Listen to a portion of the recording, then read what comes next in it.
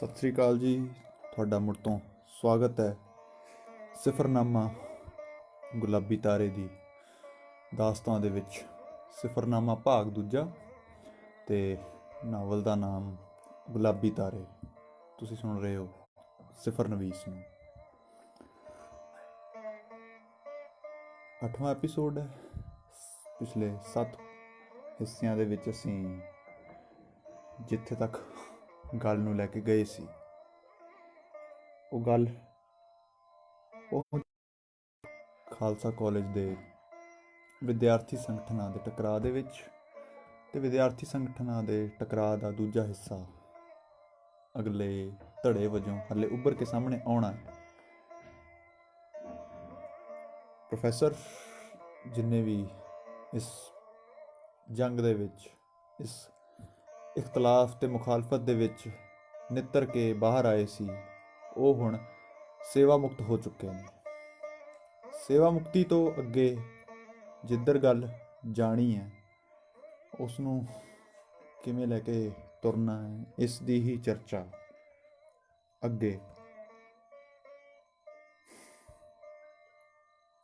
ਚਰਨਜੀਤ ਸਿੰਘ ਤੋਰਨ ਲੱਗਾ ਹੈ। ਐਡਵੋਕੇਟ ਚਰਨਜੀਤ ਸਿੰਘ, ਜਿਸ ਦੇ ਬਾਰੇ ਹੱਲੇ ਇੰਨਾ ਸਪਸ਼ਟ ਨਹੀਂ ਹੋ ਸਕਿਆ ਕਿ ਇਹ ਹੈ ਕੌਣ। ਇਹ ਦੱਸ ਦਈਏ ਕਿ ਐਡਵੋਕੇਟ ਚਰਨਜੀਤ ਸਿੰਘ ਰੇਸ਼ਮ ਸਿੰਘ ਦਾ ਪੁੱਤਰ। ਰੇਸ਼ਮ ਸਿੰਘ ਗੁਲਾਬੀ ਤਾਰੇ ਇੰਦਰਪਾਲ ਸਿੰਘ ਹੋਣਾ ਦੇ ਸਕੂਲ ਦਾ ਪ੍ਰਿੰਸੀਪਲ ਹੋਇਆ ਕਰਦਾ ਸੀ। ਜ਼ਾਹਿਰ ਹੈ ਗੁਰਚਰਨ ਸਿੰਘ ਦੇ ਨਾਲ ਖਾਸਾ ਵਾਬਸਤਾ ਸੀ ਉਸਦਾ। ਅੱਜ ਚਰਨਜੀਤ ਸਿੰਘ ਕਮਲਜੀਤ ਕੌਰ ਨੂੰ ਮਿਲਣ ਲਈ ਉਹਦੇ ਘਰ ਪਹੁੰਚਦਾ ਹੈ। ਅੰਦਰੋਂ ਪਰਮਜੀਤ ਵੀ ਆਵਾਜ਼ ਦਿੰਦੀ ਹੈ, ਆ ਜਾ ਵੀਰਾ, ਛੇਤੀ ਆ ਜਾ, ਵੇਖ ਤੇਰੇ ਲਈ ਕੀ ਬਣਾਉਂਦੀ ਪਈ। ਚਰਨਜੀਤ ਝੱਟ ਅੰਦਰ ਜਾ ਕੇ ਵੇਖਦਾ ਹੈ, ਪਰਮਜੀਤ ਚਿੱਟੇ ਹੰਸ ਦੀ ਤਸਵੀਰ ਚਿੱਤਰ ਕੇ ਮੋਤੀਆਂ ਨੂੰ ਉਕੇਰ ਰਹੀ ਸੀ। ਆ ਤੱਕ ਵੀਰੇ, ਕਿਵੇਂ ਦੀ ਹੈ? ਤਸਵੀਰ ਵਿੱਚ ਭੰਵਰ ਜਾਲ ਦਰਮਿਆਨ ਹੰਸ ਤੈਰ ਰਿਹਾ ਸੀ ਤੇ ਨਾਲ ਪਾਣੀ ਦੇ ਇੱਕ ਫੌੜੀ ਤੈਰਦੀ ਪਈ ਸੀ। ਚਰਨਜੀਤ ਗੌਰ ਨਾਲ ਵੇਖਦਾ ਰਿਹਾ। ਆਹ ਕਾਹਦੇ ਲਈ ਬਣਾਈ ਹੈ ਫੌੜੀ? ਪਰਮਜੀਤ ਹੱਸਣ ਲੱਗ ਪਈ। ਕਮਲਜੀਤ ਕੌਰ ਕਹਿਣ ਲੱਗੇ, ਪੁੱਤ ਹੁਣ ਇਸ ਭੰਵਰ ਜਾਲ ਵਿੱਚੋਂ ਨਿਕਲਣ ਦਾ ਵੇਲਾ ਆ ਗਿਆ ਹੈ ਫੌੜੇ ਵਾਲੇ ਸਾਧ ਦਾ।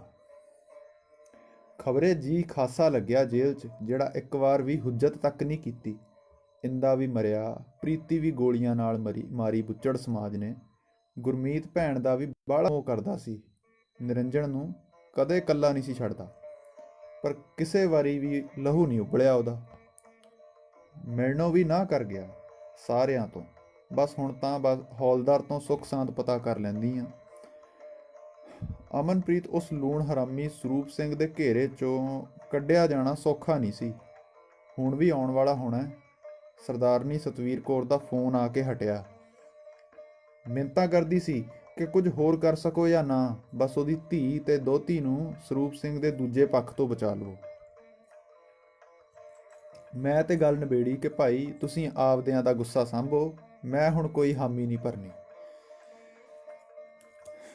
ਵਧੀਆ ਹੈ, ਉਹਨਾਂ ਨਾਲ ਕੋਈ ਹਮਦਰਦੀ ਨਹੀਂ।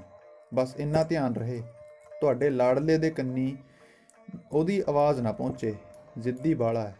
ਮਿਲਣ ਗਿਆ ਸੀ, ਹਜੇ ਵੀ ਆਰਾਮ ਫਰਮਾ ਰਿਹਾ ਜੇਲ੍ਹ 'ਚ। ਇਹ ਨਹੀਂ ਸੋਚਦਾ ਕਿ ਜੇ ਬਿਲਕੁਲ ਚੁੱਪ ਰਹਿ ਕੇ ਦੁਨੀਆ ਤੋਂ ਤੁਰ ਗਿਆ, ਮੁੜ ਕਿਸੇ ਐਦਾਂ ਨਿਰਸਵਾਰਥ ਖੜਨ ਦੀ ਹਿਮਾਕਤ ਨਹੀਂ ਕਰਨੀ। ਲੋਕੀ ਤਾਂ ਐ ਸੋਚੀ ਬੈਠੇ ਜਿੱਦਾਂ ਜੇਲ੍ਹ ਬੜੀ ਸੋਹਣੀ ਜਗ੍ਹਾ ਹੈ, ਤਾਂ ਕਰਕੇ ਉਹ ਬਾਹਰ ਨਹੀਂ ਆਉਂਦਾ।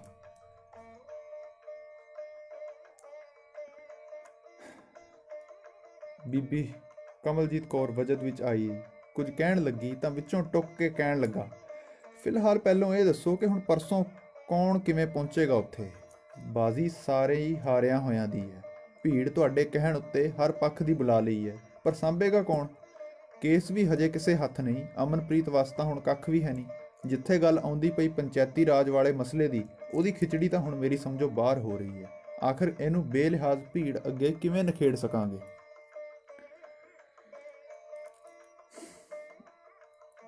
ਐਡਵੋਕੇਟ ਚਰਨਜੀਤ ਸਿੰਘ ਜੀ, ਤੁਸੀਂ ਬਸ ਚੱਲਣ 'ਤੇ ਜ਼ੋਰ ਦੇਵੋ। ਬਾਕੀ ਜੋ ਹੋਣਾ ਜਿਵੇਂ ਹੋਣਾ ਵੇਖਿਆ ਜਾਏਗਾ। ਵੈਸੇ ਵੀ ਬਹੁਤ ਕੁਝ ਅਜਿਹਾ ਹੈ ਜੋ ਸ਼ੱਕੀ ਹੈ। ਤੁਹਾਡਾ ਆਉਣਾ ਵੀ ਉਸ ਵਿੱਚੋਂ ਇੱਕ ਹੈ। ਪਰਮਜੀਤ ਹਜੇ ਇੰਨਾ ਕਹਿ ਹੀ ਰਹੀ ਸੀ ਕਿ ਬਾਹਰ ਬੂਹਾ ਖੜਕਿਆ। ਬਾਹਰ ਮਨਿੰਦਰ, ਅੰਮ੍ਰਿਤ ਨਾਲ ਅਮਨਪ੍ਰੀਤ ਖੜਾ ਸੀ। ਚਰਨਜੀਤ ਨਾਲ ਮੁਲਾਕਾਤ ਸਮੇਂ ਇਹ ਗੱਲ ਖੁੱਲ੍ਹਦੀ ਹੈ ਕਿ ਹਾਈ ਕੋਰਟ ਤੋਂ ਉਸ ਦਿਨ ਪਰਮਜੀਤ ਤੱਕ ਇਹੋ ਸ਼ਖਸ ਲੈ ਕੇ ਆਇਆ ਸੀ। ਪਰ ਮੁਹਤਰਮਾ ਕੌਣ ਸੀ? ਇਹ ਗੱਲ ਟਾਲਦਿਆਂ ਚਰਨਜੀਤ ਕਹਿਣ ਲੱਗਾ ਕਿ ਬਸ ਹੁਣ ਸਾਹਮਣੇ ਹੀ ਹੋਊ, ਉਹ ਸਾਹਮਣੇ ਹੀ ਆਉਣਾ ਪਸੰਦ ਕਰੇਗੀ ਬਜਾਏ ਕੁਝ ਬੋਲਣ ਦੇ। ਪਰ ਉਹ ਹੈ ਕੌਣ? ਇਹ ਸਵਾਲ ਮਨਿੰਦਰ ਦਾ ਵੀ ਸੀ, ਕਿਉਂਕਿ ਉਹਨੂੰ ਵੀ ਕੁੜੀ ਹੀ ਗੱਲਬਾਤ ਕਰ ਰਹੀ ਸੀ ਤੇ ਇੱਥੋਂ ਤੱਕ ਲੈ ਕੇ ਆਈ ਸੀ। ਇੰਨੇ ਨੂੰ ਚਰਨਜੀਤ ਨੂੰ ਫੋਨ ਆਉਂਦਾ ਹੈ ਤੇ ਉਸੇ ਵਕਤ ਜਾਣ ਦੀ ਇਜਾਜ਼ਤ ਮੰਗਦਾ ਹੈ। ਉਹਦੇ ਇਉਂ ਅਧੂਰੇ ਸਵਾਲ ਛੱਡ ਕੇ ਜਾਣ ਨੂੰ ਅਣਗੌਲਿਆਂ ਕਰਕੇ ਅਮਨਪ੍ਰੀਤ ਪਰਮਜੀਤ ਨੂੰ ਕਹਿਣ ਲੱਗਾ, ਸਰਬਜੀਤ ਭੈਣ ਦਾ ਸੁੱਖ ਸੁਨੇਹਾ ਹੈ ਕੋਈ? ਮੇਰਾ ਫੋਨ ਨਹੀਂ ਚੱਕ ਰਹੇ ਭਾਈਆ ਜੀ। ਨਾਰਾਜ਼ਗੀ ਵੱਧ ਫੜੀ ਹੈ ਉਹਨਾਂ ਲੱਗਦਾ।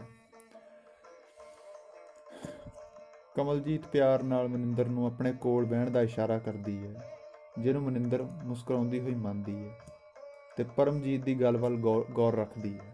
ਪਰਮਜੀਤ ਕਹਿੰਦੀ, ਨਾ ਭਾਈ ਉਹ ਗੱਲ ਨਹੀਂ, ਰੌਲਾ ਤੇਰੇ ਵਰਗੇ ਵਿਹਲੇ ਤਾਂ ਹੈ ਨਹੀਂ। ਹੁਣ ਤੂੰ ਤਾਂ ਹੁਣ ਨਾ ਇੰਦਰਪਾਲ ਸਿੰਘ ਨੂੰ ਜੇਲ੍ਹੋਂ ਬਾਹਰ ਲਿਆ ਸਕਦਾ, ਨਾ ਹੀ ਸੰਘਰਸ਼ ਕੋਈ ਬਾਕੀ ਬਚਿਆ ਸਾਡਾ ਜਿਹਦੇ 'ਚ ਤੇਰੀ ਲੋੜ ਹੋਵੇ। ਤੂੰ ਦੱਸ ਹੁਣ ਕੀ ਕਰੇਂਗਾ? ਸਹੁਰਾ ਤੇਰਾ ਤਾਂ ਤੇਰੇ ਪਿੱਛੇ ਬੁਰੀ ਤਰ੍ਹਾਂ ਪਊਗਾ। ਆਪਣੇ ਚਹੇਤਿਆਂ ਨੂੰ ਉਹਦੀ ਫਿਕਰ ਕਰ ਬਸ। ਸੁਰ ਗੰਭੀਰ, ਭਾਵ ਵਿਅੰਗਮਈ, ਜਿਹਨੂੰ ਕਮਲਜੀਤ ਕੌਰ, ਮਨਿੰਦਰ, ਅਮਨ ਤਿੰਨੋਂ ਸਮਝ ਰਹੇ ਸੀ, ਪਰ ਅਮਨਪ੍ਰੀਤ ਦਾ ਧਿਆਨ ਸਮਾਂ ਗਵਾਉਣ ਵੱਲ ਨਹੀਂ ਸੀ।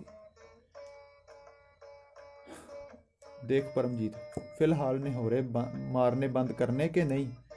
ਗੁਰਮੀਤ ਭੈਣ ਜੀ ਦੀ ਜ਼ਮਾਨਤ ਦੀ ਕੀ ਖਬਰ ਹੈ?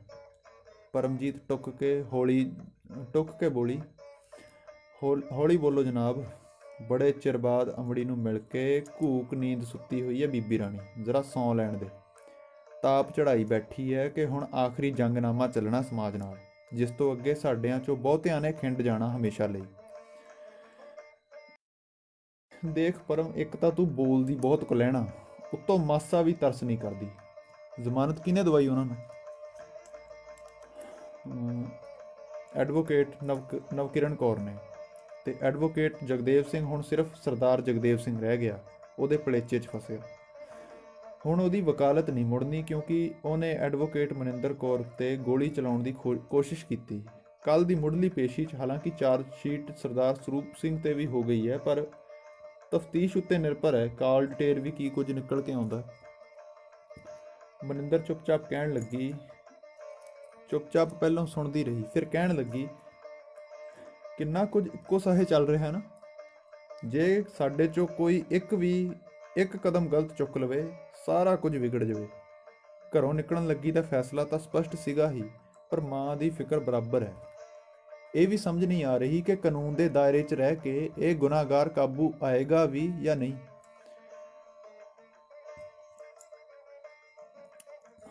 ਕਮਲਜੀਤ ਕਹਿੰਦੀ, ਮੈਂ ਤਾਂ ਧੀਏ ਇਹ ਕਹਿੰਨੀ ਆ ਕਿ ਹੁਣ ਕਾਬੂ ਆਉਣ ਦੀ ਗੱਲ ਹੀ ਖਤਮ, ਲੋੜ ਵੀ ਹੈ ਨਹੀਂ। ਬਸ ਉਸ ਨਵੀਂ ਮਹਾਭਾਰਤ ਦੀ ਜੰਗ ਦਾ ਇੰਤਜ਼ਾਰ ਹੈ, ਜਿਹੜੀ ਬਸ ਸਾਹਮਣੇ ਹੀ ਦਿਸਦੀ ਪਈ ਹੈ, ਜਿਹਦੇ 'ਚ ਕੋਈ ਧ੍ਰਿਤਰਾਸ਼ਟਰ ਨਹੀਂ, ਕੋਈ ਪਾਂਡੂ ਪੁੱਤਰ ਨਹੀਂ, ਕੋਈ ਸੱਚ ਝੂਠ ਦਾ ਕਿੱਸਾ ਨਹੀਂ, ਸਿਰਫ ਦੋ ਸੱਚ ਟਕਰਾਉਣਗੇ। ਪਹਿਲਾ ਸੱਚ ਇਹ ਕਿ ਵਰਤਮਾਨ ਦਾ ਢਾਂਚਾ ਉਵੇਂ ਹੀ ਚੱਲ ਰਿਹਾ ਹੈ ਜਿਵੇਂ ਸਰਦਾਰ ਹਰਨਾਮ ਸਿੰਘ, ਚੌਧਰੀ ਨਛੱਤਰ ਸਿੰਘ ਤੋਂ ਲੈ ਕੇ ਸਰੂਪ ਸਿੰਘ ਚਲਾ ਰਹੇ ਨੇ। ਸਮਾਜ ਨੂੰ ਇਹਨਾਂ ਵਰਗੇ ਲੋਕ ਹੀ ਪ੍ਰਵਾਨ ਹਨ। ਦੂਸਰਾ ਸੱਚ ਉਹ ਹੈ ਜਿਹੜਾ ਬੱਚਿਆਂ ਨੂੰ ਪੜ੍ਹਾਇਆ ਜਾਂਦਾ ਹੈ, ਇਮਾਨਦਾਰੀ, ਨਿਰਸਵਾਰਥ, ਨੇਕਦਿਲੀ ਤੇ ਸਬਰ ਸੰਤੋਖ ਦੀ ਇੰਤਹਾ। ਹੁਣ ਵੇਲਾ ਸਿਰਫ ਇਹ ਦੋਵੇਂ ਪੱਖਾਂ ਨੂੰ ਉਜਾਗਰ ਕਰਨ ਦਾ ਹੈ। ਦੋਵੇਂ ਪੱਖਾਂ 'ਚੋਂ ਕੋਈ ਵੀ ਬੇਈਮਾਨ ਹੋਇਆ ਉਹ ਆਪੇ ਹਾਰ ਜਾਏਗਾ, ਪਰ ਜੇ ਦੋਵੇਂ ਪੱਖ ਆਪੋ ਆਪਣੀ ਜ਼ਿੱਦ ਪ੍ਰਤੀ ਇਮਾਨਦਾਰ ਸਾਬਤ ਹੋਏ ਤਾਂ ਭੀੜ ਜਿਹਨੂੰ ਚਾਹੇ ਸਿਰ ਤੇ ਬਿਠਾਵੇ, ਜਿਹਨੂੰ ਚਾਹੇ ਲਤਾੜ ਕੇ ਲੰਘ ਜਾਵੇ, ਸਾਨੂੰ ਕੋਈ ਫਿਕਰ ਨਹੀਂ। ਆਪਣੀਆਂ ਬੀਜੀਆਂ ਇਹ ਆਪ ਵੱਢਣਗੇ। ਅਮਨਪ੍ਰੀਤ ਸੁਣ ਕੇ ਕਹਿੰਦਾ, ਮੈਨੂੰ ਲੱਗਦਾ ਮੇਰੇ ਲਈ ਯੋਗ ਕੰਮ ਹੁਣ ਮਨਜਿੰਦਰ ਸਿੰਘ ਦੀ ਬਾਂਹ ਫੜਨਾ ਹੈ, ਕਿਉਂਕਿ ਮੁੰਡਾ ਕਾਬਲ ਹੈ ਤੇ ਰਾਣੀ ਗੁਲਨਾਜ਼ ਕੌਰ ਆਪਣੇ ਰਾਹ ਰਸਤੇ ਸਾਫ਼ ਕਰਨ ਲਈ ਹਰ ਹੱਦ ਤੱਕ ਜਾ ਸਕਦੀ ਹੈ। ਪਰਮਜੀਤ ਕਹਿਣ ਲੱਗੀ, ਹੈ ਕਮਲਾ, ਮੈਂ ਊਂ ਮਜ਼ਾਕ ਕਰਦੀ ਸਾਂ ਸਾਊ, ਜਾ ਕੇ ਭਾਈਆ ਜੀ ਦੇ ਨਾਲ ਖੜ। ਪਰ ਮਨਿੰਦਰ ਕਹਿਣ ਲੱਗੀ, ਨਾ ਪਹਿਲੀ ਵਾਰ ਅਕਲ ਦੀ ਗੱਲ ਕੀਤੀ ਹੈ ਇਸ ਦੁਵਿਧਾ ਪਿੱਟੇ ਪ੍ਰਾਣੀ ਨੇ। ਕਰ ਲੈਣ ਦਿਓ ਪੂਰੀ ਆਹ ਗੱਲ। ਵੈਸੇ ਵੀ ਸਰਕਾਰੀ ਤੰਤਰ ਸਾਡੇ ਵਿਦਿਆਰਥੀ ਸੰਗਠਨਾਂ ਦੀ ਭੂਮਿਕਾ ਨੂੰ ਹੀ ਪ੍ਰਭਾਵਿਤ ਕਰਕੇ ਰੱਖਦਾ ਹੈ, ਤਾਂ ਜੋ ਕਿਤੇ ਥੋ ਪਤੇ ਦਾ ਰਾਹ ਨਾ ਲੱਭ ਲੈਣ। ਮੰਜ਼ਿਲ ਦੀ ਕਾਹਲ ਤੇ ਹਾਲਾਤਾਂ ਦੀ ਤੇਜ਼ੀ ਕਿਤੇ ਗਲਤ ਕਦਮ ਨਾ ਚੁੱਕਣ ਨੂੰ ਮਜਬੂਰ ਕਰੇ, ਇਸ ਲਈ ਵਕੀਲ ਸਾਹਿਬ ਆਪਣਾ ਆਜ਼ਾਦ ਕਾਰਜ ਉਧਰ ਕਰਨ।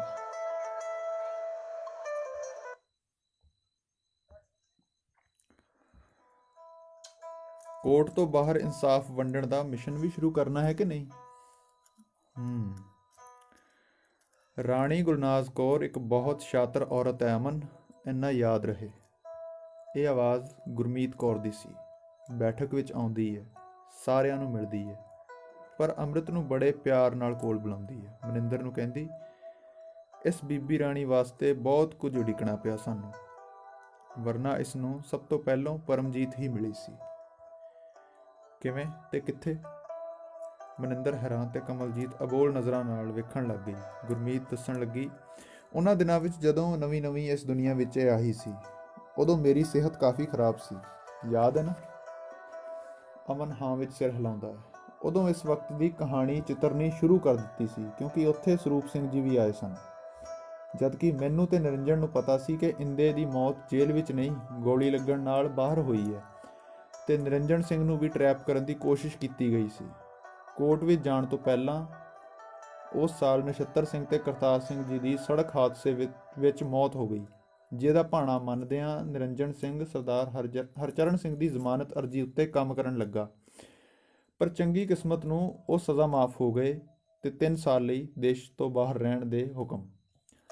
ਕੈਨੇਡਾ ਰਹਿੰਦਿਆਂ ਉਹਨਾਂ ਨੇ ਚਰਨਪ੍ਰੀਤ ਸਿੰਘ ਦੇ ਬਾਪੂ ਸਰਦਾਰ ਰੇਸ਼ਮ ਸਿੰਘ ਨਾਲ ਮੁਲਾਕਾਤ ਕੀਤੀ ਤੇ ਕਹਾਣੀ ਅੱਜ ਤੱਕ ਪਹੁੰਚੀ। ਮਤਲਬ ਇਹ ਕਿ ਸਾਰੀ ਕਹਾਣੀ ਰੇਸ਼ਮ ਸਿੰਘ ਉੱਤੇ ਚੱਲ ਰਹੀ? ਪਰਮਜੀਤ ਕਹਿਣ ਲੱਗੀ, ਹੈਂ ਉਹ ਜੱਡ ਬੁੱਧੀ, ਤੇਰੇ ਕੁਝ ਸਮਝ ਨਹੀਂ ਪਈ? ਗੁਰਮੀਤ ਟੋਕਦੀ ਹੋਈ ਬੋਲੀ, ਚੁੱਪ ਕਰਨੀ, ਜਿਹੋ ਜੀ ਤੂੰ ਉਹੋ ਜਿਹਾ ਉਹ। ਅੱਖਾਂ ਵੇਖ ਕਮਲ ਘੁੱਟਦਾ ਪਿਆ ਹੈ। ਮਨਿੰਦਰ ਨੂੰ ਇਸ ਹਲਕੇ ਫੁਲਕੇ ਮਜ਼ਾਕ ਜਿਹੇ 'ਚ ਅਜੀਬ ਜਿਹਾ ਮਹਿਸੂਸ ਹੋਇਆ। ਉਹਦੀ ਨਜ਼ਰਾਂ ਦਾ ਖੌਫ ਪੜਦਾ ਹੋਇਆ ਅਮਨ ਪਹਿਲੋਂ ਪਰਮਜੀਤ ਨੂੰ ਵੇਖਦਾ ਹੈ, ਮਗਰੋਂ ਥੋੜਾ ਸੋਚਣ ਲਈ ਚੁੱਪ ਹੁੰਦਾ। ਕਹਿਣ ਲੱਗਾ, ਮੈਨੂੰ ਕਾਰਨਾਂ ਨੂੰ ਛੱਡ ਕੇ ਹਰ ਹਰਕਤ ਯਾਦ ਹੈ। ਤੁਹਾਡੇ ਸਭ ਤੋਂ ਦੂਰ ਰਹਿਣ ਦੀ ਇਹੀ ਵਜ੍ਹਾ ਸੀ, ਪਰ ਜਿੱਥੇ ਗੱਲ ਤੁਹਾਡੀ ਚੱਲ ਰਹੀ, ਤੁਹਾਨੂੰ ਸਾਰੇ ਰਾਹ ਪਤਾ ਵੀ ਹੈ ਤੇ ਕੀ ਕੁਝ ਚੱਲ ਰਿਹਾ ਇਹ ਵੀ ਪਤਾ ਹੈ। ਮੈਂ ਵਾਰ-ਵਾਰ ਆਪਣੇ ਕਰਨ ਜੋਗਾ ਕੰਮ ਵੇਖ ਕੇ ਮੁੜ ਬੇਚੈਨ ਹਾਂ ਕਿ ਇੰਨੇ ਥੋੜੇ ਸਮੇਂ 'ਚ ਪਹਿਲੋਂ ਕੀਤਾ ਕੀ ਜਾਵੇ।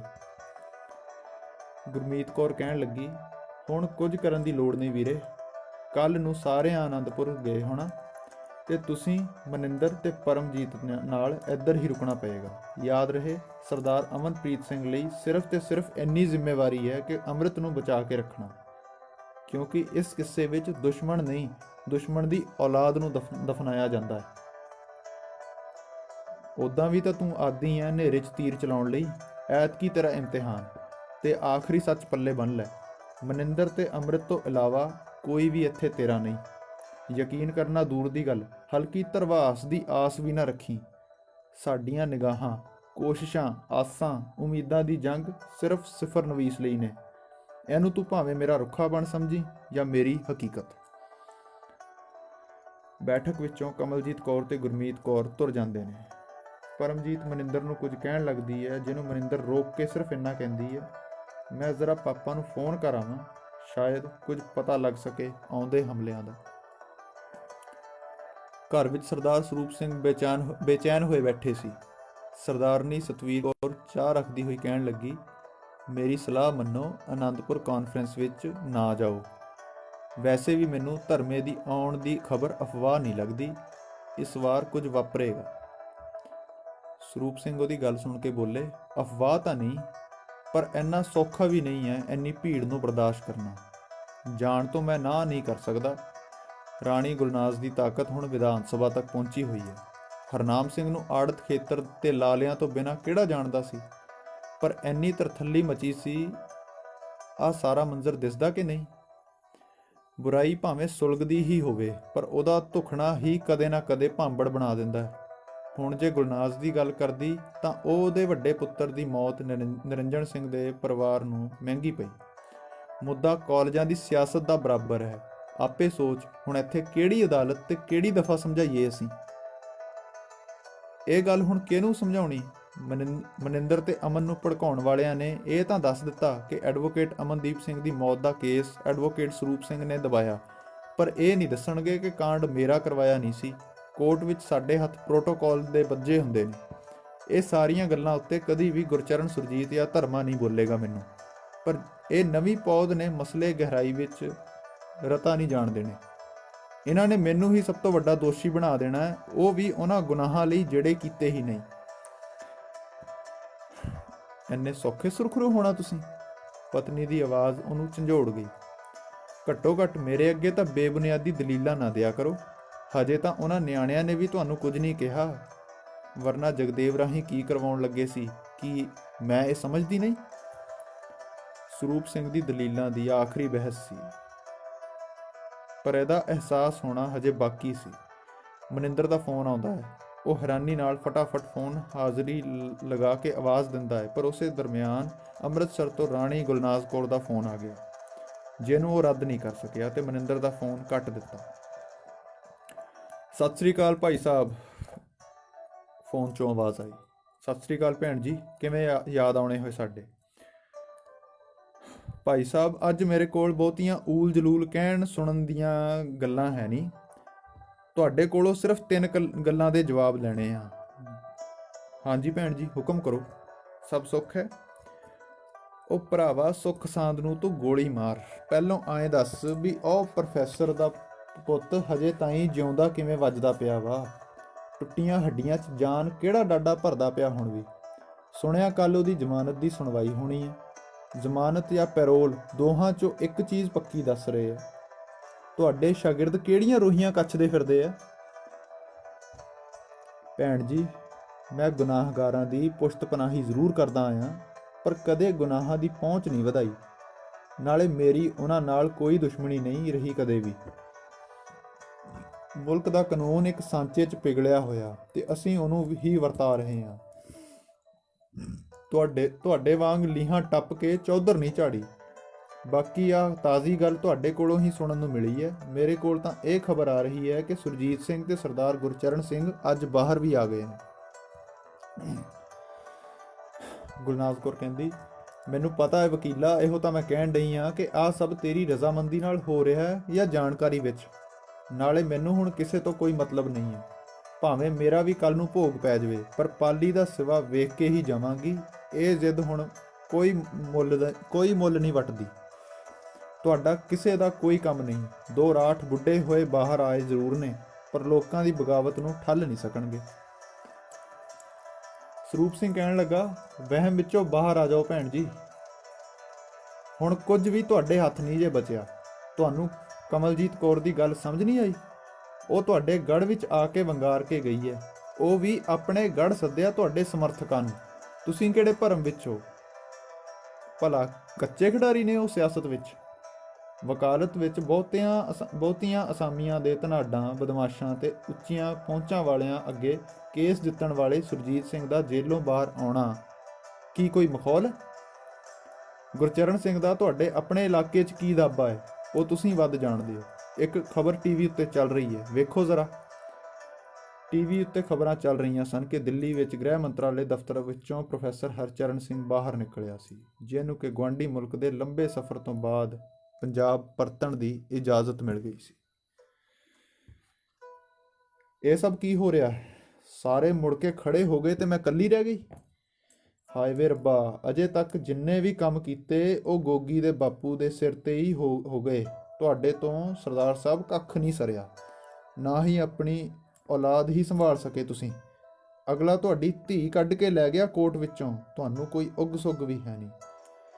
ਇਹ ਗੱਲ ਸੁਣਦਿਆਂ ਹੱਥ ਫੜਿਆ ਫੋਨ ਸਰੂਪ ਸਿੰਘ ਵਾਸਤੇ ਕੰਬ ਜਿਹਾ ਉੱਠਿਆ, ਕਿਉਂਕਿ ਯਾਦ ਆਇਆ ਕਿ ਹੁਣੇ ਮਨਿੰਦਰ ਦੀ ਗੱਲ ਟੁੱਕ ਕੇ ਇੱਧਰ ਗੱਲੀ ਆਣ ਪਿਆ ਸੀ। ਉਹਨੇ ਗੱਲ ਮੁਕਾਉਂਦਿਆਂ ਬਾਅਦ ਵਿੱਚ ਗੱਲ ਜਾਰੀ ਰੱਖਣ ਦੇ ਇਕਰਾਰ ਨਾਲ ਫੋਨ ਕੱਟ ਦਿੱਤਾ ਸੀ, ਪਰ ਉੱਧਰ ਮਨਿੰਦਰ ਦਾ ਸੁਨੇਹਾ ਲਿਖਿਆ ਹੋਇਆ ਆਇਆ ਸੀ, ਚੰਗਾ ਹੋਇਆ ਤੁਸੀਂ ਮੇਰਾ ਫੋਨ ਕੱਟ ਦਿੱਤਾ। ਮਿਲਦੇ ਹਾਂ ਆਨੰਦਪੁਰ ਦੀ ਕਚਹਿਰੀ ਵਿੱਚ। ਗੁਰੂ ਰਾਖਾ। ਉਧਰ ਰਾਣੀ ਗੁਲਨਾਜ਼ ਕੌਰ ਦਾ ਖਾਲਸਾ ਕਾਲਜ ਦੇ ਪ੍ਰਿੰਸੀਪਲ ਅਨਮੋਲਕ ਸਿੰਘ ਨੂੰ ਸੁਨੇਹਾ ਭੇਜਿਆ ਜਾਂਦਾ ਹੈ ਕਿ ਮਨਜਿੰਦਰ ਸਿੰਘ ਨੂੰ ਕਾਲਜ ਵਿੱਚੋਂ ਫੌਰੀ ਤੌਰ ਤੇ ਬਰਖਾਸਤ ਕੀਤਾ ਜਾਵੇ। ਸ਼ਾਮ ਦਾ ਵੇਲਾ ਸੀ। ਪਾਰਕ ਵਿੱਚ ਕਾਫੀ ਸਾਰੇ ਵਿਦਿਆਰਥੀ ਗਰਾਊਂਡ ਵਿੱਚ ਵਿੱਚ ਸੁਰਮਣੀ ਨੂੰ ਸੱਦਾ ਮਿਲਣ ਦੇ ਹਾਜ਼ਰ ਹੋ ਰਹੇ ਸਨ। ਮਨਜਿੰਦਰ ਨੂੰ ਪ੍ਰਿੰਸੀਪਲ ਨੇ ਆਪਣੀ ਰਿਹਾਇਸ਼ ਉੱਤੇ ਸੱਦਿਆ। ਸੁਰਮਣੀ ਨੂੰ ਸੰਭਾਵਿਤ ਕਦਮਾਂ ਦਾ ਪਤਾ ਸੀ, ਜਿਸ ਕਰਕੇ ਉਹਨੇ ਬਿਨਾਂ ਦੇਰ ਕੀਤਿਆਂ ਇਹ ਸਭ ਕੀਤਾ ਸੀ। ਉਹ ਸੰਬੋਧਿਤ ਹੋਈ ਸਾਰੇ ਵਿਦਿਆਰਥੀਆਂ ਨੂੰ ਕਹਿਣ ਲੱਗੀ, ਹਾਜ਼ਰੀਨ, ਸਾਰਿਆਂ ਦੀ ਮੌਜੂਦਗੀ ਲਗਭਗ ਕਾਫੀ ਹੋ ਚੁੱਕੀ ਹੈ।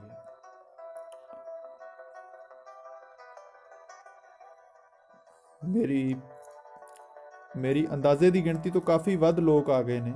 ਕੀ ਗੱਲ, ਕੋਈ ਖਾਸ ਵਜ੍ਹਾ ਇਸ ਪਿੱਛੇ? ਉੱਥੇ ਕੋਈ ਮੇਲਾ ਨਹੀਂ ਲੱਗਿਆ ਜਿਹਦੇ ਚਸਕੇ ਆਪਾਂ ਲੈਣੇ ਨੇ, ਨਾ ਹੀ ਉੱਥੇ ਕੋਈ ਸੰਘਰਸ਼ ਵਿੱਢ ਹੋਣਾ, ਨਾ ਹੀ ਸਾਨੂੰ ਕੋਈ ਫਰਕ ਪੈਣਾ। ਇਸ ਲਈ ਪਹਿਲਾਂ ਤਾਂ ਆਹੀ ਦੱਸੋ ਕਿ ਤੁਸੀਂ ਉਸ ਮਸਲੇ ਵਿੱਚ ਦਿਲਚਸਪੀ ਕਿਉਂ ਰੱਖ ਰਹੇ ਹੋ? ਇੱਕ ਵਿਦਿਆਰਥੀ ਨੇ ਜਵਾਬ ਦਿੱਤਾ, ਫਿਲਹਾਲ ਸਾਨੂੰ ਅਸਰ ਨਜ਼ਰ ਆ ਰਿਹਾ ਹੈ ਸਾਡੀ ਵਿਰੋਧੀ ਧਿਰ ਵਾਲੇ ਲੋਕ ਇਸ ਮੁੱਦੇ ਨੂੰ ਆਪਣੀ ਕਾਲਜ ਇਲੈਕਸ਼ਨਾਂ ਦੀ ਹਾਰ ਜਿੱਤ ਦਾ ਜ਼ਰੂਰੀ ਪੱਧਰ ਮੰਨ ਰਹੇ ਨੇ। ਸਾਡੇ ਲਈ ਇਹ ਜਾਣਨਾ ਜ਼ਰੂਰੀ ਹੈ ਕਿ ਇਹ ਸਭ ਕਿਉਂ ਹੋ ਰਿਹਾ। ਅਸੀਂ ਮਨਜਿੰਦਰ ਵੀਰੇ ਨੂੰ ਹਰਵਾਉਣਾ ਨਹੀਂ ਹੈ ਤੇ ਨਾ ਹੀ ਧੰਨੇ ਹੋਰਾਂ ਦੇ ਸਪੋਰਟਰ ਕੁਲਜਿੰਦਰ ਸਿੰਘ ਦੇ ਗਰੁੱਪ ਨੂੰ ਕੋਈ ਖਰਮਸਤੀ ਕਰਨ ਦੇਣੀ ਹੈ। ਸੁਰਮਣੀ ਸਹਿਮਤੀ 'ਚ ਸਿਰ ਹਿਲਾਉਂਦੀ ਹੋਈ ਕਹਿਣ ਲੱਗੀ, ਪਰ ਇੰਨਾ ਜ਼ਰੂਰ ਸਮਝ ਲਓ ਕਿ ਇੱਕ ਤਾਂ ਖਤਰਾ ਪੜ੍ਹਾਈ ਨੂੰ ਵੀ ਹੋਣਾ, ਦੂਜੇ ਪਾਸੇ ਖਤਰਾ ਲੜਾਈ ਵਾਲੇ ਧੜੇ ਅੱਗੇ ਸਬਰ ਸੰਤੋਖ ਵਰਤਣ ਦਾ ਵੀ ਹੈ। ਜਿਸ ਥਾਵੇਂ ਅਸੀਂ ਜਾਣਾ ਹੈ ਨਾ, ਉੱਥੇ ਸਾਰੇ ਤਜਰਬੇਕਾਰ ਤੇ ਇਨਕਲਾਬੀਆਂ ਦਾ ਜੱਥਾ ਬੈਠਾ ਮਿਲੇਗਾ। ਸੁਣਨਾ ਵੀ ਹੈ, ਸਿੱਖਣਾ ਵੀ ਹੈ। ਆਪੋ ਆਪਣੇ ਲਈ ਫੈਸਲੇ ਕਰਦੇ ਜਾਇਓ ਕਿ ਤੁਹਾਨੂੰ ਕੀ ਕਰਨਾ ਪੈਣਾ ਅੱਗੇ। ਤੇ ਇੱਕ ਗੱਲ ਹੋਰ, ਜਿਹੜੀ ਜੰਗ ਹੁਣ ਅੱਗੇ ਚੱਲਣੀ ਹੈ, ਇਹ ਕਾਬਲੀਅਤ ਤੇ ਨਲਾਇਕੀ ਦਰਮਿਆਨ ਹੈ, ਨਾ ਕਿ ਅਹੁਦਿਆਂ ਤੋਂ ਲਾਉਣ ਜਾਂ ਰੱਦ ਕਰਨ ਲਈ। ਇਹ ਗੱਲ ਬਿਲਕੁਲ ਪੱਕੀ ਧਾਰ ਕੇ ਚੱਲਿਓ। ਹੁਣ ਇੱਕ ਖਾਸ ਗੱਲ ਜਿਹਦੇ ਵਾਸਤੇ ਮੈਂ ਬੁਲਾਇਆ ਹੈ, ਆਪਾਂ ਕੱਲ੍ਹ ਤੋਂ ਕਾਲਜ ਨਹੀਂ ਆਉਣਾ। ਅੱਜ ਸ਼ਾਇਦ ਪ੍ਰਿੰਸੀਪਲ ਸਾਹਿਬ ਕੋਈ ਅਜਿਹਾ ਹੁਕਮ ਕੱਢ ਸਕਦੇ ਨੇ ਜਿਹੜਾ ਸਾਡੇ ਸਭ ਦੇ ਵਿਰੁੱਧ ਹੋਣ ਦੀ ਪੂਰੀ ਸੰਭਾਵਨਾ ਹੈ। ਇਹ ਵੀ ਹੋ ਸਕਦਾ ਹੈ ਕਿ ਕੁਲਜਿੰਦਰ ਧੜੇ ਨੂੰ ਤੁਹਾਡਾ ਆਗੂ ਬਣਾਇਆ ਜਾ ਸਕਦਾ ਹੈ। ਹੁਣ ਫੈਸਲੇ ਤੁਹਾਡੇ ਆਪਣੇ ਨੇ, ਪਰ ਇੱਕ ਗੱਲ ਦਾ ਪੱਕਾ ਇਰਾਦਾ ਰੱਖਣਾ ਹੈ, ਚੱਲਣਾ ਇਕੱਲੇ ਹੈ। ਸਾਡੀ ਮੰਜ਼ਿਲ ਭੀੜ ਇਕੱਠੀ ਕਰਨੀ ਨਹੀਂ, ਸਿਰਫ ਇਸ ਬਦਤਮੀਜ਼ੀ ਦਾ ਕਿਲਾ ਭੰਨਣ ਦੀ ਹੈ, ਜਿਹਦੇ 'ਚ ਕੀ ਕਮੀਆਂ ਨੇ ਇਸ ਦਾ ਪੂਰਾ ਵਿਸਤਾਰ ਫਰੋਲਣ ਦੀ ਲੋੜ ਹੈ। ਇਸ ਲਈ ਹੁਣ ਰੁਖਸਤ ਹੋਣ ਦੇ ਨਾਲ ਮੇਰੇ ਵੱਲੋਂ ਤੇ ਮਨਜਿੰਦਰ ਸਿੰਘ ਵੱਲੋਂ ਇਹ ਤਾਕੀਦ ਨੋਟ ਰੱਖਿਓ ਕਿ ਸਾਡਾ ਏਜੰਡਾ ਉਸ ਭੀੜ ਵਿੱਚ ਜਾ ਕੇ ਵੀ ਸ਼ਾਂਤੀ ਬਹਾਲ ਰੱਖਣਾ ਹੈ, ਭਾਵੇਂ ਮਾਹੌਲ ਸਰਦਾਰ ਗੁਰਚਰਨ ਸਿੰਘ ਵਿਰੁੱਧ ਹੀ ਕਿਉਂ ਨਾ ਹੋਵੇ। ਕੋਈ ਹਥਿਆਰ ਨਹੀਂ, ਕੋਈ ਵਾਰ ਨਹੀਂ ਹੋਣਾ ਚਾਹੀਦਾ ਸਾਡੇ ਵੱਲੋਂ। ਦਫ਼ਤਰ ਵਿੱਚ ਇੱਕ ਵਿਦਿਆਰਥੀ ਮਨਜਿੰਦਰ ਸਿੰਘ ਇਜਾਜ਼ਤ ਲੈਂਦਾ ਹੈ। ਕੀ ਮੈਂ ਅੰਦਰ ਆ ਸਕਦਾ ਜਨਾਬ? ਆਓ ਮਨਜਿੰਦਰ ਸਿੰਘ ਜੀ ਬੈਠੋ। ਅਨਮੋਲਕ ਸਿੰਘ ਉਹਨੂੰ ਬਹਿਣ ਲਈ ਕਹਿੰਦਾ ਹੈ। ਅੰਦਰੋਂ ਪਾਣੀ ਲੈ ਕੇ ਟੇਬਲ ਉੱਤੇ ਰੱਖਦਾ ਹੈ। ਗੱਲਬਾਤ ਸ਼ੁਰੂ ਹੁੰਦੀ ਹੈ। ਮਨਜਿੰਦਰ ਨੂੰ ਪੁੱਛਿਆ ਕਿ ਕੱਲ ਪਰਸੋਂ ਦਾ ਕੀ ਪ੍ਰੋਗਰਾਮ ਹੈ ਤੁਹਾਡਾ, ਤਾਂ ਉਹਦਾ ਜਵਾਬ ਪ੍ਰਿੰਸੀਪਲ ਨੂੰ ਅਜੀਬ ਲੱਗਿਆ। ਮਨਜਿੰਦਰ ਕਹਿ ਰਿਹਾ ਸੀ ਕਿ ਆਮ ਦਿਨਾਂ ਵਾਂਗ ਹੀ ਕਾਲਜ ਲੱਗਣਗੇ, ਪੂਰੀ ਪੜ੍ਹਾਈ ਚੱਲੇਗੀ। ਅੱਛਾ ਜੀ, ਫਿਰ ਉਹਨਾਂ ਦਾ ਕੀ ਬਣੂ ਜਿਨ੍ਹਾਂ ਦੀ ਵਕਾਲਤ ਕਰਕੇ ਤੁਸੀਂ ਕੱਲ ਲੰਬੇ ਵਾਅਦੇ ਕੀਤੇ ਸੀ? ਉਹਨਾਂ ਦਾ ਕੀ ਜਵਾਬ ਦਿਓਗੇ? ਮੈਂ ਤੇ ਸੁਰਮਣੀ ਨੂੰ ਵੀ ਪੁੱਛਿਆ ਸੀ ਕਿ ਸਾਡੀ ਕੋਈ ਮਦਦ ਚਾਹੀਦੀ ਹੋਵੇ ਤਾਂ ਦੱਸੋ, ਪਰ ਮੈਨੂੰ ਨਹੀਂ ਸੀ ਪਤਾ ਕਿ ਤੁਸੀਂ ਵੀ ਸਿਆਸਤ ਦੇ ਰੰਗ ਫੜ ਰਹੇ ਹੋ। ਵੈਸੇ ਸ਼ਾਬਾਸ਼, ਮੈਨੂੰ ਹੁਕਮ ਆਏ ਸੀ ਤੁਹਾਨੂੰ ਬਰਖਾਸਤ ਕਰਨ ਦੇ, ਪਰ ਤੁਹਾਡੇ ਇਸ ਕਦਮ ਦੀ ਵਾਕਈ ਤਾਰੀਫ ਕਰਨੀ ਬਣਦੀ ਹੈ। ਬੇਫਿਕਰ ਹੋ ਕੇ ਜਾਓ, ਕਾਲਜ ਨੂੰ ਮਾਣ ਹੈ ਕਿ ਤੁਸੀਂ ਸੂਝਵਾਨ ਕਦਮ ਚੁੱਕਦੇ ਆਏ ਹੋ। ਮਨਜਿੰਦਰ ਕੁਝ ਦੇਰ ਗੱਲਬਾਤ ਕਰਨ ਮਗਰੋਂ ਚਲਿਆ ਜਾਂਦਾ ਹੈ। ਗੁਲਨਾਜ਼ ਨੂੰ ਸੁਨੇਹਾ ਪਹੁੰਚਾ ਦਿੱਤਾ ਜਾਂਦਾ ਹੈ ਕਿ ਮਨਜਿੰਦਰ ਸਿੰਘ ਨੂੰ ਮੁਅੱਤਲ ਕੀਤੇ ਬਗੈਰ ਹੀ ਸਾਡਾ ਰਸਤਾ ਸਾਫ਼ ਹੈ। ਤੁਸੀਂ ਕੁਲਜਿੰਦਰ ਤੇ ਉਹਦੇ ਸਾਥੀਆਂ ਨੂੰ ਬੇਖੌਫ ਮਨ ਭਾਉਂਦੇ ਤਰੀਕੇ ਕਾਲਜ ਵਿੱਚੋਂ ਵਿਚਰਨ ਦੇ ਸਕਦੇ ਹੋ। ਕੁਲਜਿੰਦਰ ਸਿੰਘ ਅੰਮ੍ਰਿਤਸਰ ਦਾ ਮੰਨਿਆ ਹੋਇਆ ਕਬੱਡੀ ਖਿਡਾਰੀ, ਉਸ ਖਿਡਾਰੀ ਦਾ ਜਿਹੜਾ ਰੰਗਮੰਚ ਉੱਤੇ ਭਾਵੇਂ ਦੁੱਲੇ ਭੱਟੀ ਦੀ ਵਾਰ ਗਾਉਂਦਾ ਸੀ, ਪਰ ਨਿਰੰਜਨ ਸਿੰਘ ਨੂੰ ਲੱਗੀ ਗੋਲੀ ਵਾਲੀ ਬੰਦੂਕ ਦਾ ਲਾਇਸੈਂਸ ਵੀ ਇਹਦੇ ਨਾਮ ਵੱਜਦਾ ਸੁਣਨ ਮਗਰੋਂ ਗੁਰਮੀਤ ਤੇ ਪਰਮਜੀਤ ਦੀ ਨਿਗਾਹ ਤੋਂ ਬਚਦਾ ਫਿਰਦਾ ਸੀ। ਹੁਣ ਦਮਨਜੀਤ ਸਿੰਘ ਤੇ ਉਹਨੂੰ ਅੰਦਰ ਖਾਤੇ ਸਰਗਰਮ ਕੀਤਾ ਗਿਆ ਸੀ। ਰਾਤ ਦੇ 1 ਵਜੇ ਦਮਨਜੀਤ ਸਿੰਘ ਦਾ ਫੋਨ ਆਇਆ। ਪ੍ਰਿੰਸੀਪਲ ਕਹਿੰਦਾ, ਮਨਜਿੰਦਰ ਨੇ ਤਰਨਜੀਤ ਹੋਰਾਂ ਨੂੰ ਧੋਖਾ ਦੇ ਦਿੱਤਾ। 'ਕੀ? ਕੀ ਇਹ ਖਬਰ ਠੀਕ ਲੱਗਦੀ ਹੈ? ਕੁਝ ਨਹੀਂ ਕਹਿ ਸਕਦੇ ਬਾਈ ਜੀ। ਜਿੰਨਾ ਮੈਂ ਮਨਜਿੰਦਰ ਨੂੰ ਜਾਣਦਾ ਤੇ ਜਿੰਨਾ ਤੁਸੀਂ ਤਰਨਜੀਤ ਨੂੰ, ਉਸ ਮੁਤਾਬਕ ਇਹ ਗੱਲ ਪਹੁੰਚਾਉਣੀ ਔਖੀ ਹੈ। ਸਾਡੀ ਕਿਸਮਤ ਇੰਨੀ ਸੋਹਣੀ ਨਹੀਂ ਚੱਲ ਰਹੀ ਕਿ ਆਹ ਬੰਦੇ ਇੰਨੀ ਛੇਤੀ ਗਲਤੀਆਂ ਕਰ ਜਾਣ। ਬਾਕੀ ਰਹੀ ਗੱਲ ਕਾਲਜ ਦੀ, ਕੱਲ ਜਾ ਕੇ ਦੇਖਦਾ ਸਾਰੀ ਕਹਾਣੀ। ਚਾਨਣ ਦੇ ਓਲੇ ਓਲੇ ਘੁੰਮਦੇ ਨੇ ਸਾਧ, ਅਖੇ ਨੂਰ ਦੇ ਇਸ਼ਕ ਨੈਣੀ ਮਗਦੇ ਪਏ। ਸਿਖਰਾਂ ਦੇ ਟਿੱਲੇ ਉੱਤੇ ਨੱਚਦੀ ਸੀ ਲਾਟ, ਕਾਹਦੇ ਰੂਹ ਦੇ ਉਬਾਲੇ ਸੀਨੇ ਲੱਗਦੇ ਪਏ। ਹਾਸਿਆਂ ਦੇ ਵਿੱਚੋਂ ਉੱਠੇ ਰੋਸਿਆਂ ਦੀ ਭੁੱਬ, ਧਾਹਾਂ ਮਾਰਦੀ ਚਕੋਰੀ ਚੰਨ ਠੱਗਦੇ ਪਏ। ਬਾਣੇ ਸੂਫੀਆਂ ਦੇ ਪਾਏ, ਡੇਰੇ ਜੋਗੀਆਂ ਦੇ ਜਾ ਕੇ, ਤੱਕ ਸਿਫਰ ਨਵੀਸ ਕੂੜੇ ਵਗਦੇ ਪਏ।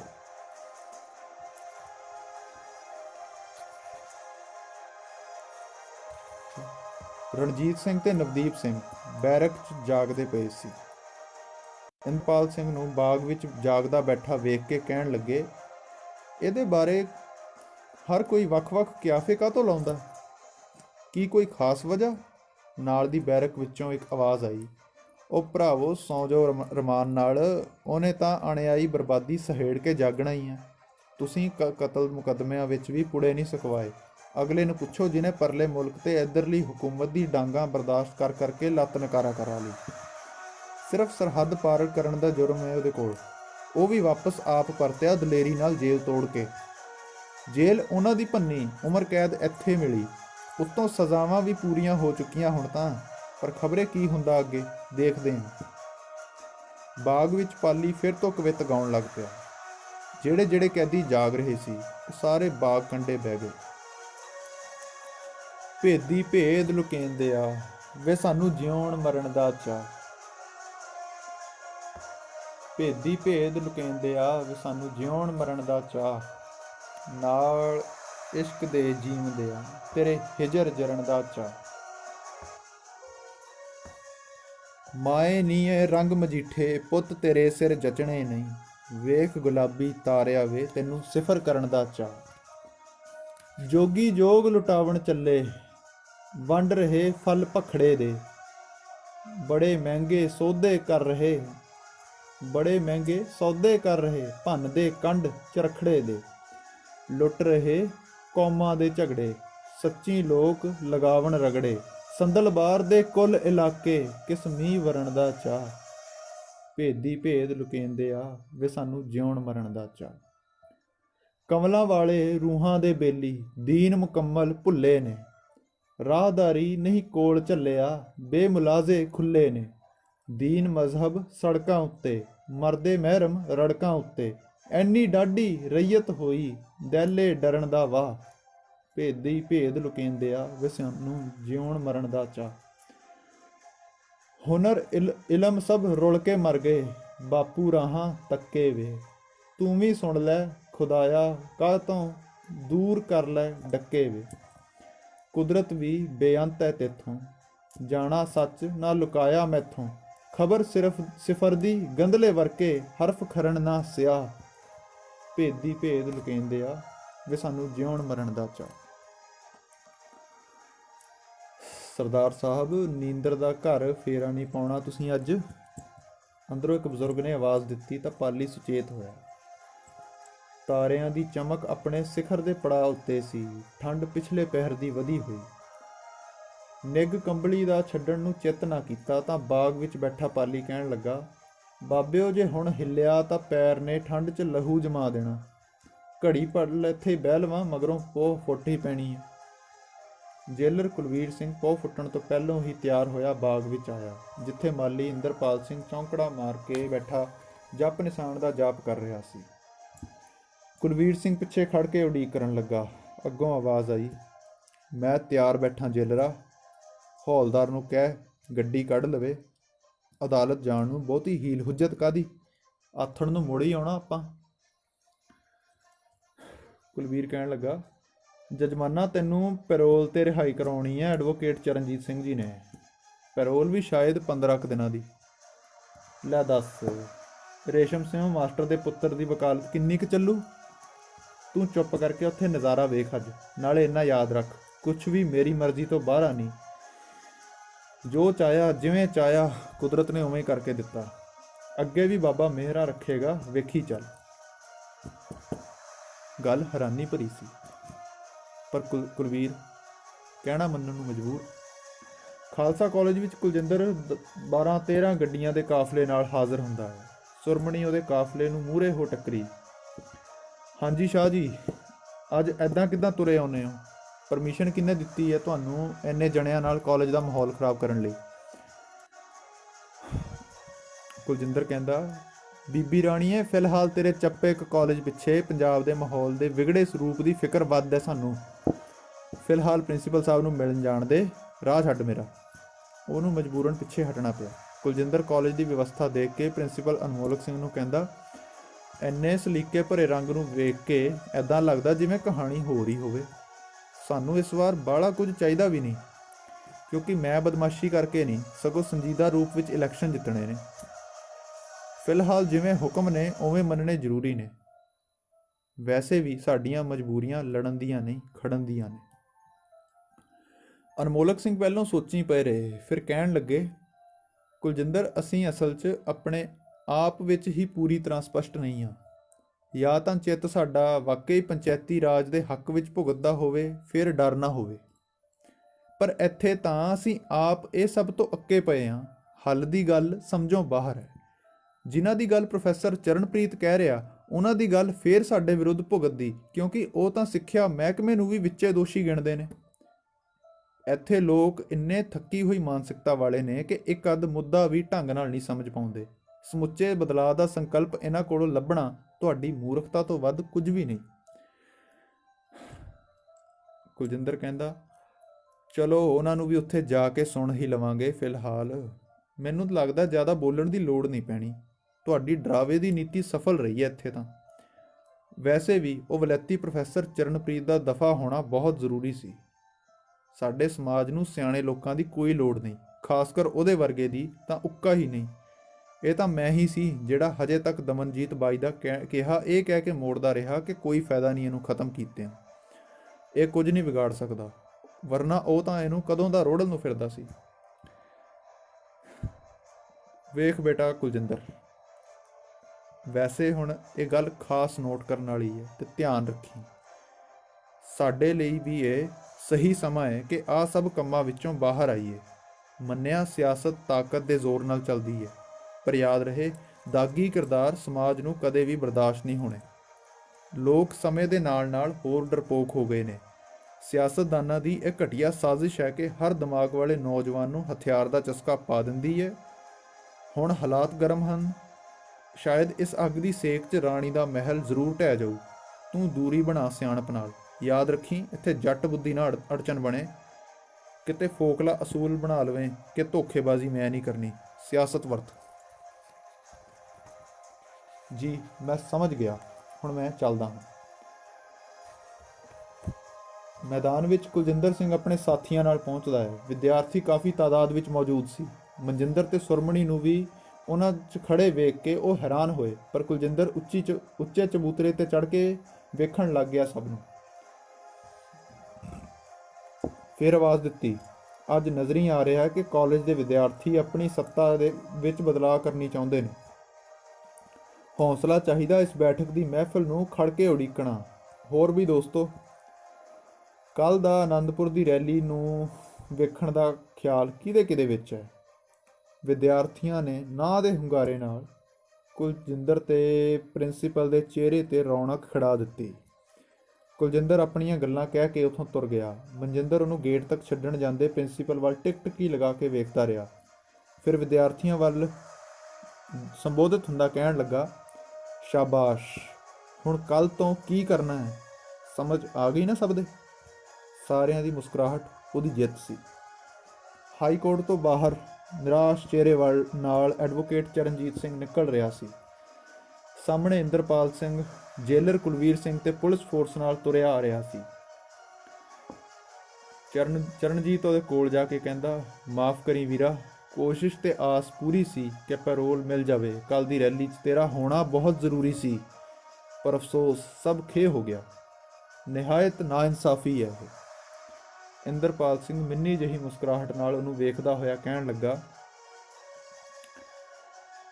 ਮਾਸਟਰ ਜੀ, ਵਕਾਲਤ ਦਾ ਘਰ ਬੜੀ ਦੂਰ ਹੈ ਤੁਹਾਡੇ ਤੋਂ। ਨਾਲੇ ਇਹ ਕਿਵੇਂ ਸੋਚ ਲਿਆ ਕਿ ਜਿੱਥੇ ਬਾਪੂ ਜੀ ਤੇ ਤਾਇਆ ਜੀ ਖੜੇ ਹੋਣ ਉੱਥੇ ਡਰ ਪਿਆ ਦੱਸਦਾ ਤੂੰ? ਸਾਡੇ ਵਾਲੀ ਬਿੱਲੀ ਚੌਧਰਾਣੀ ਕੋਲੋਂ ਜਾਂ ਆ ਵਿਹਲੇ ਦਲ ਬਦਲੂਆਂ ਦੀ ਭੀੜ ਕੋਲੋਂ ਡਰਾਉਣਾ ਪਿਆ ਮੈਨੂੰ?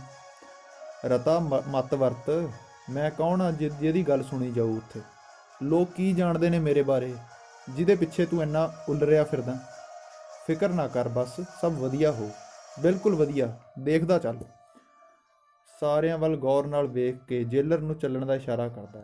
ਖੂੰਡੀ ਦੇ ਸਹਾਰੇ ਹੌਲੀ ਹੌਲੀ ਤੁਰਦਾ ਹੋਇਆ ਗੁਣਗੁਣਾਉਣ ਲੱਗ ਪਿਆ। ਚਰਨਜੀਤ ਦੀ ਗੱਡੀ ਕੋਲੋਂ ਲੰਘਿਆ ਤਾਂ ਵਿੱਚੋਂ ਕੋਈ ਉਹਨੂੰ ਵੇਖ ਕੇ ਅੱਖਾਂ ਭਰ ਰਿਹਾ ਸੀ।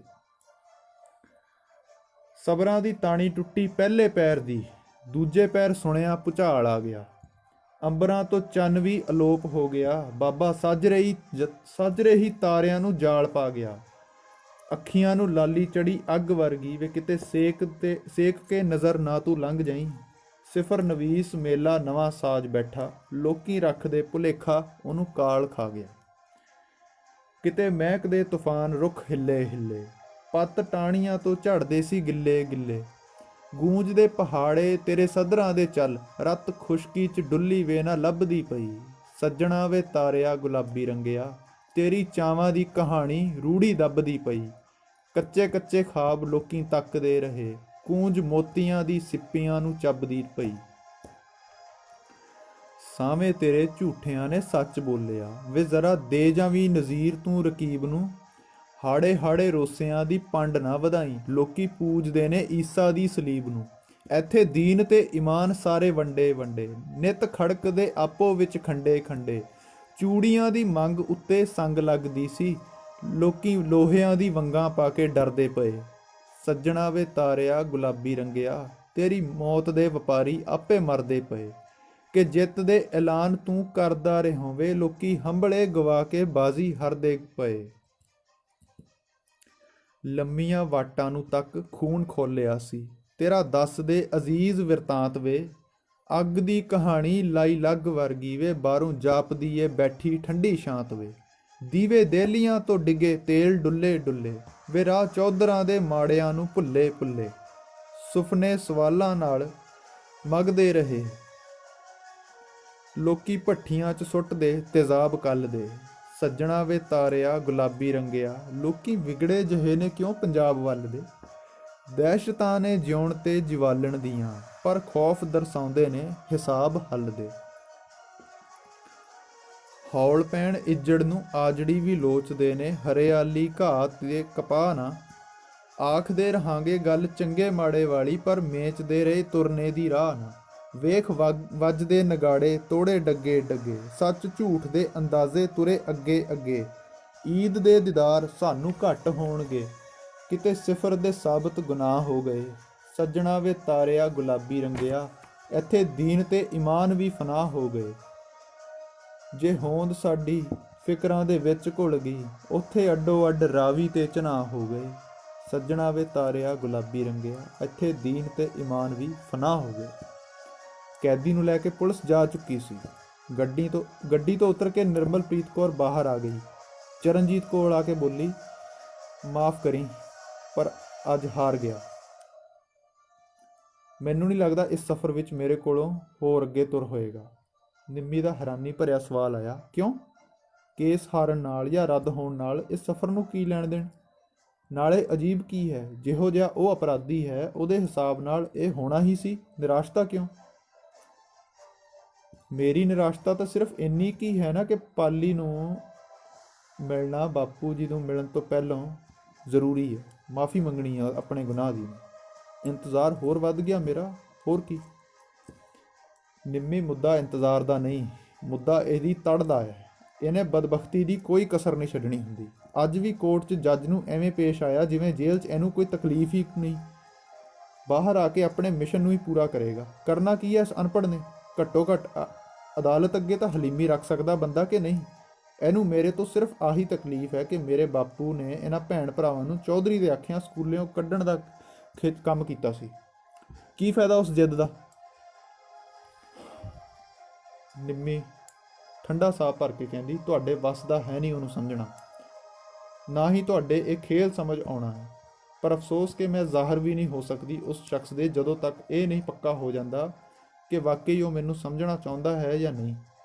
ਬਾਕੀ ਜਿਹੜਾ ਇੱਥੋਂ ਦਾ ਮਸਲਾ ਹੈ, ਪਤਾ ਨਹੀਂ ਲੋਕ ਇੱਥੋਂ ਦੇ ਜਨਮੇ ਹੀ ਮੰਦਬੁੱਧੀ ਜਾਂ ਮੰਦਬੁੱਧੀ ਹੋ ਕੇ ਮਰਨਾ ਚਾਹੁੰਦੇ ਨੇ, ਰੱਬ ਜਾਣੇ।